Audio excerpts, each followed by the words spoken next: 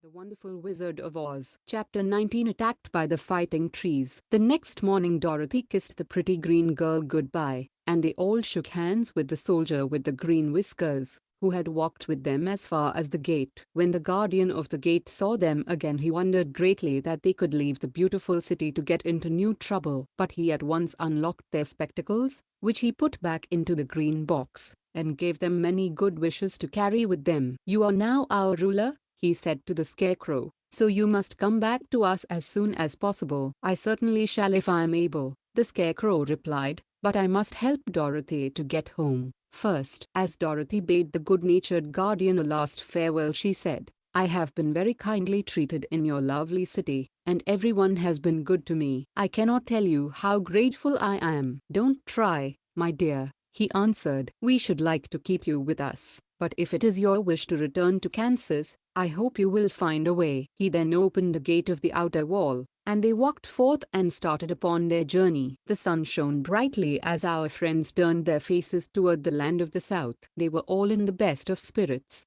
and laughed and chatted together. Dorothy was once more filled with the hope of getting home, and the Scarecrow and the Tin Woodman were glad to be of use to her. As for the lion, he sniffed the fresh air with delight and whisked his tail from side to side in pure joy at being in the country again, while Toto ran around them and chased the moths and butterflies, barking merrily all the time.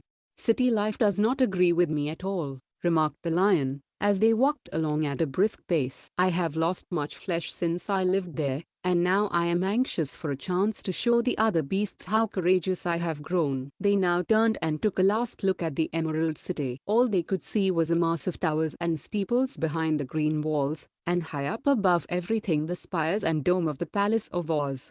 "Oz was not such a bad wizard, after all," said the Tin Woodman, as he felt his heart rattling around in his breast. "He knew how to give me brains, and very good brains, too," said the Scarecrow. "If Oz had taken a dose of the same courage he gave me," added the lion, "he would have been a brave man." Dorothy said nothing. Oz had not kept the promise he made her, but he had done his best, so she forgave him. As he said, he was a good man, even if he was a bad wizard. The first day's journey was through the green fields and bright flowers that stretched about the Emerald City on every side. They slept that night on the grass, with nothing but the stars over them, and they rested very well indeed. In the morning they traveled on until they came to a thick wood. There was no way of going around it, for it seemed to extend to the right and left as far as they could see, and, besides, they did not dare change the direction of their journey for fear of getting lost. So they looked for the place where it would be easiest to get into the forest. The Scarecrow,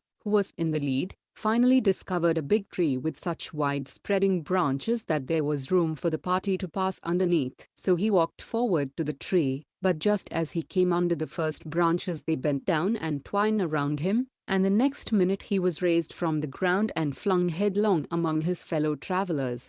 This did not hurt the Scarecrow, but it surprised him, and he looked rather dizzy when Dorothy picked him up. "Here is another space between the trees," called the lion. "Let me try it first," said the Scarecrow, "for it doesn't hurt me to get thrown about." He walked up to another tree, as he spoke, but its branches immediately seized him and tossed him back again. "This is strange," exclaimed Dorothy. "What shall we do?" "The trees seem to have made up their minds to fight us, and stop our journey," remarked the lion. "I believe I will try it myself," said the woodman, and shouldering his axe, he marched up to the first tree that had handled the Scarecrow so roughly. When a big branch bent down to seize him, the woodman chopped at it so fiercely that he cut it in two. At once the tree began shaking all its branches as if in pain, and the Tin Woodman passed safely under it. "Come on," he shouted to the others. "Be quick." They all ran forward and passed under the tree without injury, except Toto, who was caught by a small branch and shaken until he howled. But the woodman promptly chopped off the branch and set the little dog free. The other trees of the forest did nothing to keep them back, so they made up their minds that only the first row of trees could bend down their branches, and that probably these were the policemen of the forest, and given this wonderful power in order to keep strangers out of it. The four travelers walked with ease through the trees until they came to the farther edge of the wood. Then, To their surprise, they found before them a high wall which seemed to be made of white china. It was smooth, like the surface of a dish, and higher than their heads. "What shall we do now?" asked Dorothy. "I will make a ladder," said the Tin Woodman, "for we certainly must climb over the wall." Chapter 19 ends here. Thank you very much for listening. Subscribe our channel for more. Click bell button to get notification and give thumbs up if you like my work.